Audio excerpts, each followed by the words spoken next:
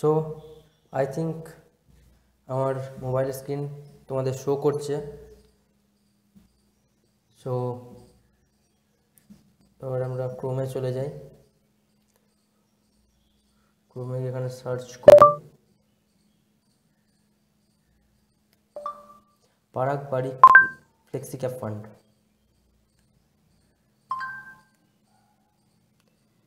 আরে ভাই flexi cap বলেছি।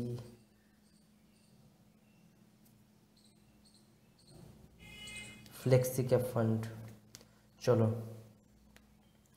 সো একটু ডেস্কটপ সাইট করে নিই, সুবিধা হবে দেখতে। সো পারিবারিক ফ্লেক্সি ক্যাপ ফান্ড আমরা চলে এসেছি। সো চলো এবারে অল্প দেখা যাক রিটার্ন। সো ফার্স্ট আগে দেখে নিই, রেগুলার প্রাইস এনএভি রয়েছে 40.3776।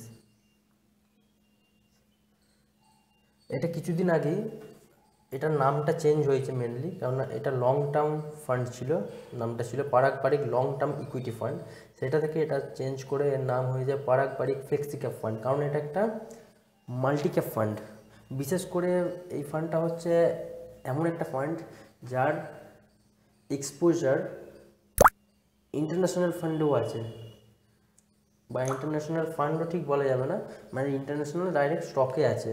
যেমন আচ্ছা নামগুলো পরে বলছি যখন দেখাচ্ছি ডাইরেক্ট, বাট দু একটা নাম বলে দিচ্ছি, যেমন ফেসবুক পেয়ে যাবে, গুগল পেয়ে যাবে, আরও অনেক আছে। সো তখন আমরা দেখবো এখানেতে, এর পোর্টফোলিও যখন দেখবো তখন আমরা সেটা শো করব। সো এর ডাইরেক্ট প্রাইসটা দেখে নিই একবার, ন্যাপ প্রাইস ডাইরেক্ট কত চলছে।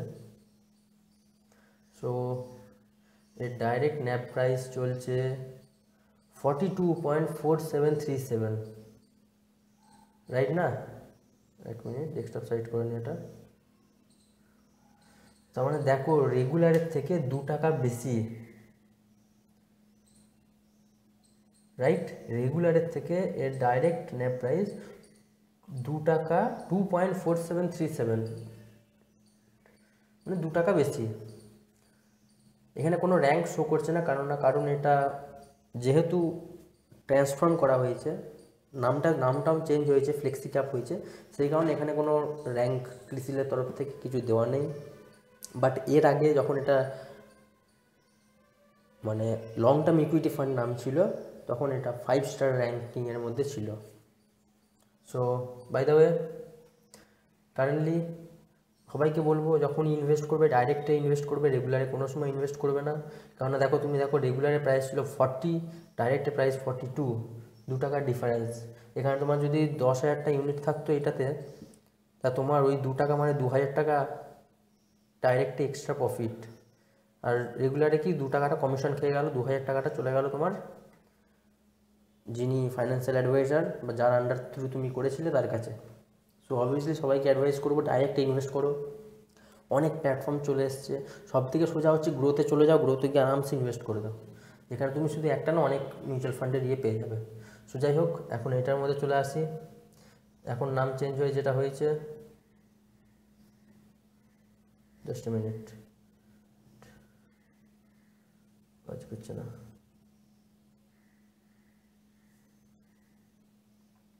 সো এবার আমি চলে যাই এর 1 মান্থ রিটার্ন। 1 মান্থ রিটার্ন এর স্কিম 3.9% রিটার্ন দিয়েছে। Benchmark Nifty 500, right? বেঞ্চমার্ক হচ্ছে নিফটি 500 টিআরআই, তার থেকে 3% বেশি রিটার্ন দিয়েছে। অবভিয়াসলি বেঞ্চ ক্যাটাগরি 0.91%, তার থেকেও 2%-এর কাছাকাছি বেশি রিটার্ন দিয়েছে, রাইট?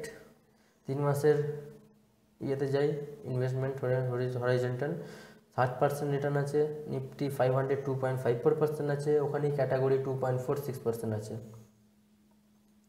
6 মান্থ রিটার্ন এই স্কিমটা দিয়েছে 24.72%, বেঞ্চমার্ক 25। অবভিয়াসলি এখানে বেঞ্চমার্ক স্কিমটাকে বিট করেছে, ক্যাটাগরি 24.19%, মানে ক্যাটাগরিকে এই স্কিমটা বিট করেছে, বাট এখানে বেঞ্চমার্ককে বিট করতে পারেনি।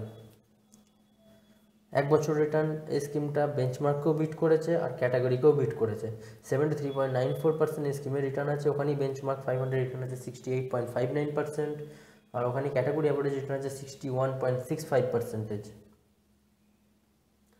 2 ইয়ার্স রিটার্নে যদি বলি, স্কিমটা দিয়েছে 28.36%। ইয়েস, কেন এত বেশি রিটার্ন? অবভিয়াসলি এর পোর্টফোলিও আমি যখন যাব তখন শো করব যে স্কিমটা এত বেশি রিটার্ন কেন দিয়েছে, কী কারণের জন্য। যেহেতু বললাম যে ইন্টারন্যাশনাল ফান্ডে এক্সপোজার রয়েছে বা ইন্টারন্যাশনাল ডাইরেক্ট স্টকে এক্সপোজার রয়েছে, সেই জন্য রিটার্নটা এত ভালো। এবার আমরা আসি 5 ইয়ার্স রিটার্ন। 5 ইয়ার্স রিটার্নে 20.1% রিটার্ন আছে, মানে এই স্কিমটা লাস্ট 5 ইয়ার্স থেকে তার প্রত্যেকটা ইনভেস্টারকে 20.1% করে রিটার্ন দিয়ে আসছে।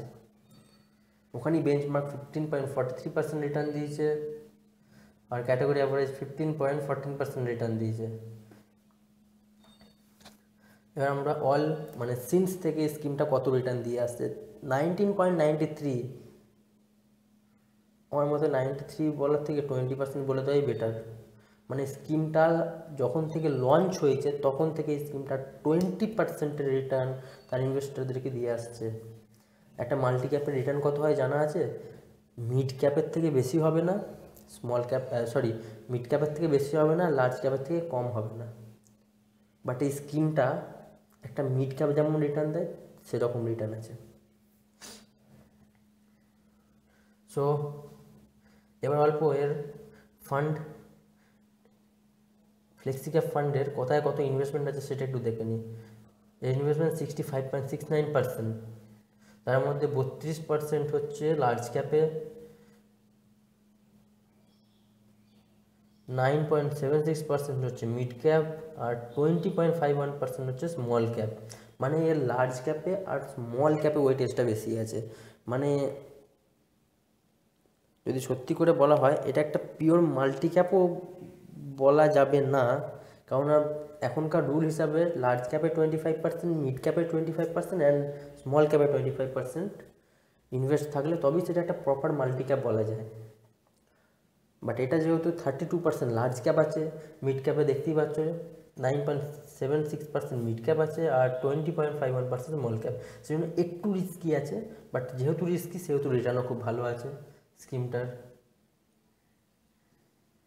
রাইট না? সো এবারে এর একটু রিটার্ন দেখে নেওয়া যাক। এক সপ্তাহে যদি তুমি 1000 করে ইনভেস্ট করতে,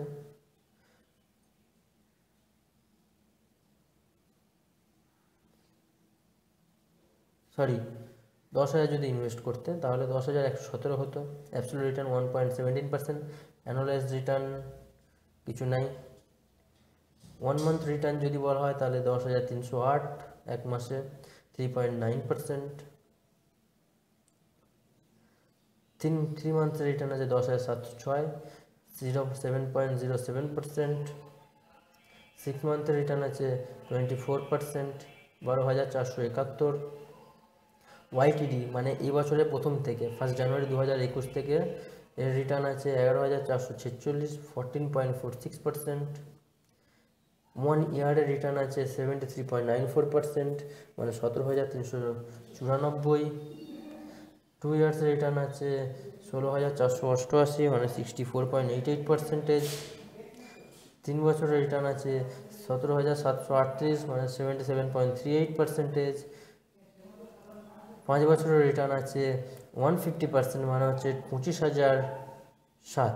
5 বছরে মানে হচ্ছে তোমার হিসাব করো 5 ইয়ার্স মানে 10,000 টাকা ইনভেস্ট করলে সেটা হয়ে যেত 25,000 টাকা, যেটা 150.08% অ্যাবসলিউট রিটার্ন আছে। বাট এই অ্যানুয়ালাইজ রিটার্নটা আমি তোমাকে আগেই দেখিয়েছি, তো সেই জন্য আমি অ্যানুয়ালাইজ রিটার্নটা দেখাইনি প্রথম থেকে। তো এটা হচ্ছে তোমার অ্যাবসলিউট রিটার্ন 24 মে যেটা দেখাচ্ছে এখন। 10,000 টাকা যদি ইনস্টিটিউশন যখন থেকে লঞ্চ হয়েছে তখন থেকে যদি রিটার্ন দেখো তাহলে 42,473, 324% return, annualise return 19.93। So I think সবাই বুঝতে পারছো জিনিসটা। এবার একটু এর পোর্টফোলিওতে চলে যাওয়া যাক।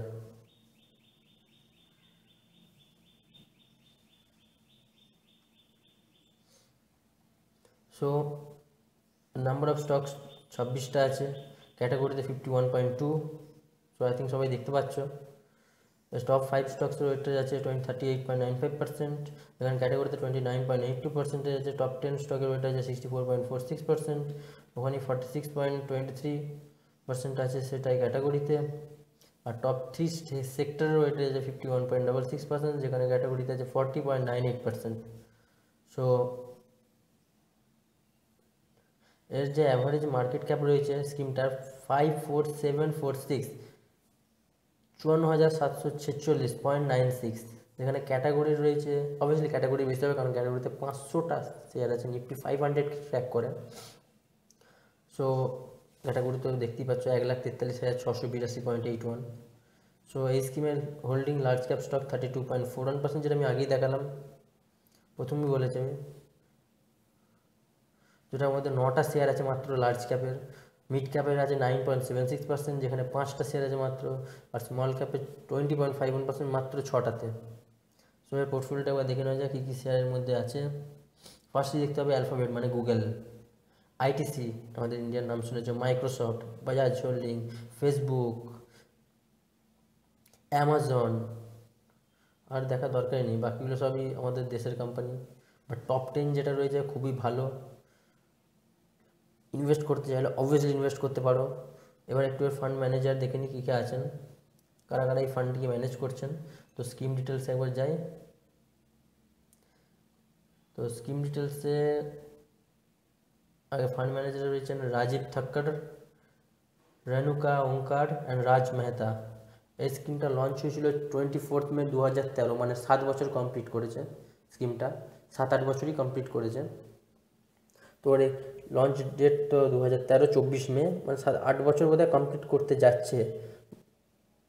2013, 14, 15, 16, 17, 18, 19, 20, 21, হ্যাঁ 8 বছর কমপ্লিট করতে যাচ্ছে ঠিক। তো এক্সপেন্স রেশিও 0.95%। এর আগে ক্যাটাগরির 1.09% ছিল। বেঞ্চমার্ক দেখতেই পাচ্ছ নিফটি 500 TRI।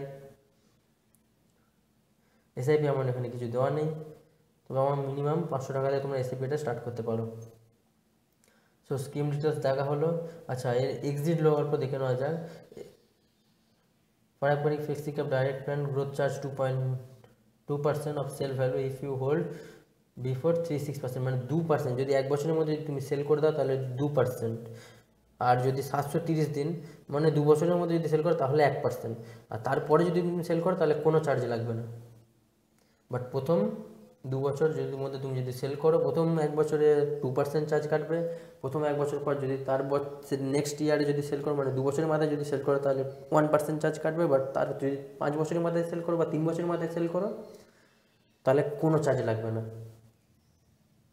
কোনো চার্জ কাটবে না। সো আই থিঙ্ক তোমাদেরকে অনেকটাই দেখানো হলো জিনিসটা। এবার এসআইপি ক্যালকুলেটর দেখি।